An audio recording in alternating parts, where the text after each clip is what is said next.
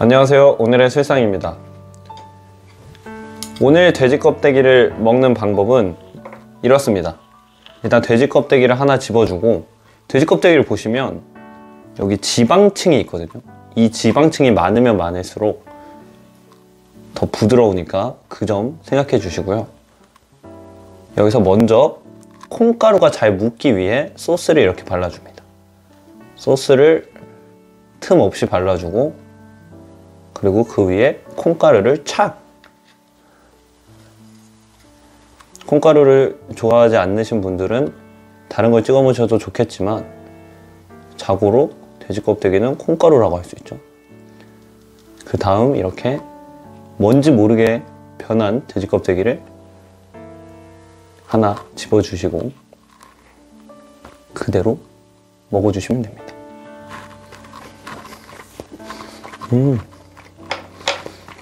그리고 반쯤 씹으셨을 때, 돼지 껍데기가 반쯤 찢어졌을 때, 그때 한잔 하시면 좋죠.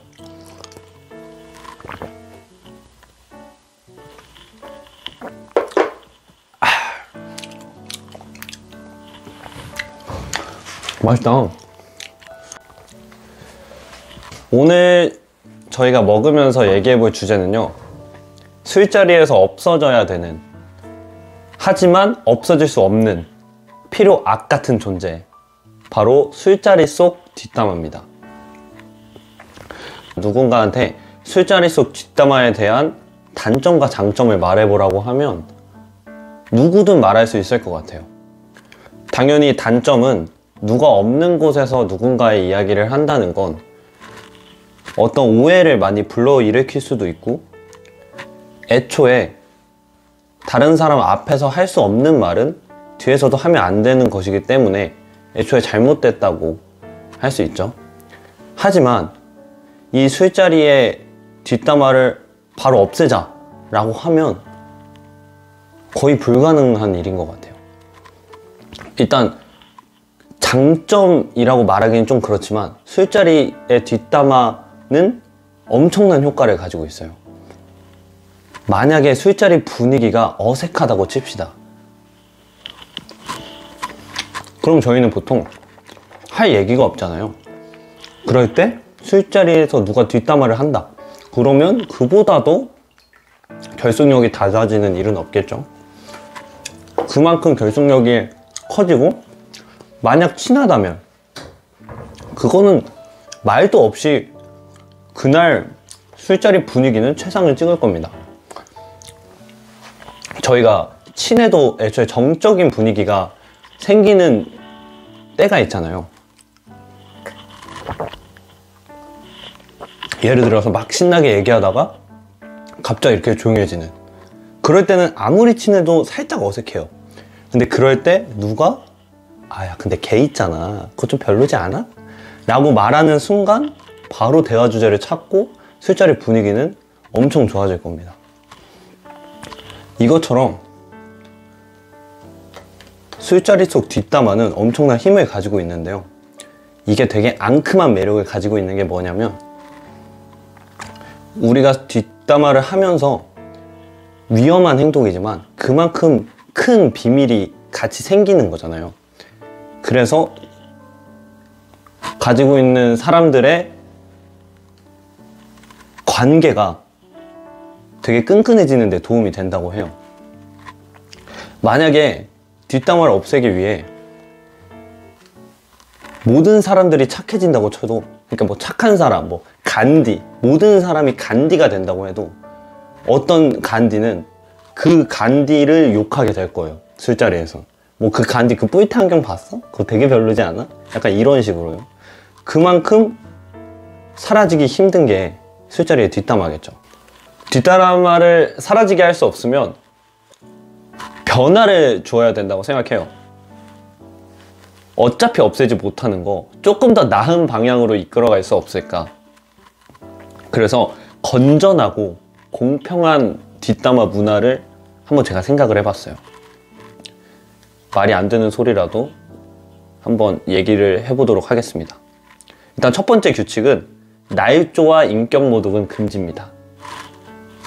그러니까 쉽게 말하면 없던 얘기를 지어내거나 그 사람이 한 행동이 아닌 그 사람의 인격을 모독하기 위해서 그렇게만 준비된 뒷담화는 절대 하지 않기. 일단 거짓말은 애초에 잘못된 행동이고 누군가를 깎아내리려는 행동이 주가 된 뒷담화는 절대 아무리 술자리의 분위기를 끌어올린다고 해도 절대 하지 말아야 될 부분입니다.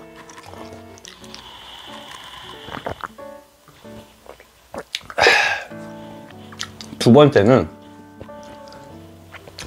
어느 안주보다 도움이 된 그 뒷담화 상대에게 안주값을 보내주는 겁니다.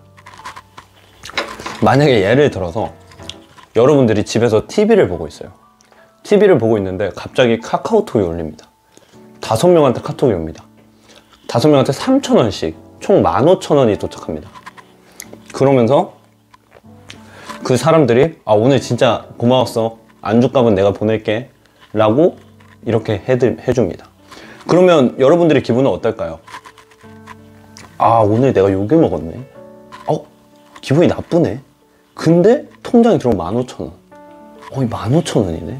이게 15,000원은 최저시급이 지금 8,000원, 9,000원 정도 하는데 2시간을 뼈 빠지게 일해야 받을 수 있는 돈이에요. 그래서 이제 욕먹은 건 좀 기분이 나쁘지만 이 15,000원으로 또 재미난 일을 많이 할 수 있기 때문에 또 그나마 괜찮은 또 수입원이 되겠죠. 그래서 이 안주값을 받은 사람들은 안주값을 벌기 위해 오히려 좀 나쁜 행동을 할 수도 있겠지만 한번 이렇게 받으면 경각심이 생겨서 내가 이제 그런 짓을 안 해야겠다 하는 사람을 개선시킬 수도 있는 아주 획기적인 방법입니다.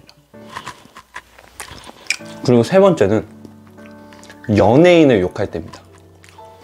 연예인을 욕할 때는 저희가 말하는 뒷담화가 그 연예인에게 큰 영향을 줄 수는 없잖아요. 저희가 만날 수가 없는 다른 사회에 있는 사람들이기 때문에. 그래서 첫 번째 규칙, 두 번째 규칙보다는 조금 더 강한 수위와 두 번째 규칙을 지키지 않아도 되지만 그 연예인이 볼 수 없는 곳에서 해야 된다는 게 세 번째 규칙입니다. 예를 들어서 어떤 커뮤니티에 악플을 달거나 그 연예인이 운영하는 아니면 자주 온다는 그 술집에서 크게 말하거나 그런 행동을 연예인이 접촉할 수 있잖아요. 자신이 대한 험담을 그걸 들을 수 있기 때문에 그런 곳에서 하는 건 안 되는 거죠. 한 명이 말하는 게 그 사람한테는 모여서 몇만 명이 자기한테 욕하는 거기 때문에 더욱더 조심을 해주셔야 되는 겁니다. 이렇게 이런 규칙들을 지키다 보면은 원래 규칙을 안 지키면서 욕을 했었는데 어느 순간 답답한 심정이 들 때가 있을 거예요. 그래서 약간 치팅데이처럼 하나의 돌파구를 만들어 놨는데요. 그러니까 누가 봐도 욕해도 될 사람, 막 범법자나 이 사회적 규범을 어기거나 그런 사람들은 이제 첫 번째, 두 번째 규칙을 다 제외하고 조금 더 막 심하게 욕하고 뭐 인격 모독은 아니고 뭐 인격 험담 정도는 가능하게 그렇게 바꿔보면 어떨까. 근데 이제 범법자는 확실히 보이지만 사회적 규범을 어긴 사람들에 대한 그 바운더리는 저희가 정하기 어렵잖아요.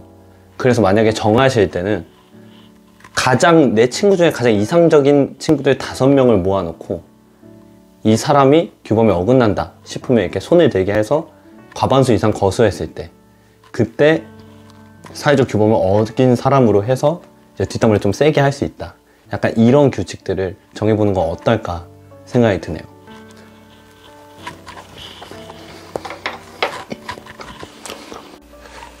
이제 제가 재미로 규칙을 짜봤지만 그냥 제가 하고 싶은 말은 이거죠. 약간 남을 욕할 때는 조용히 신중하게 해야 된다. 그러니까 뒷담화라는 것 자체가 저희에게 남은 무언가를 해소시키는 것이지 남에게 상처를 주면 안 되는 것 같아요. 어떤 책에서 봤는데 남을 뒷담화하는 것을 자신의 인생이 너무 재미없고 마음에 들지 않아서다라는 말이 있더라고요. 이 작가의 말이 모든 게 맞다고는 할 수 없지만 자기 인생이 너무 즐겁고 재밌다면 남의 인생을 깔 시간이 없을 거라고 저도 생각이 들거든요. 술자리에서 뒷담화가 아니고 재밌는 일, 뭐 좋았던 근황, 하물며 술 게임이라도 하면서 시간을 보내면 더 좋지 않을까 생각이 드네요.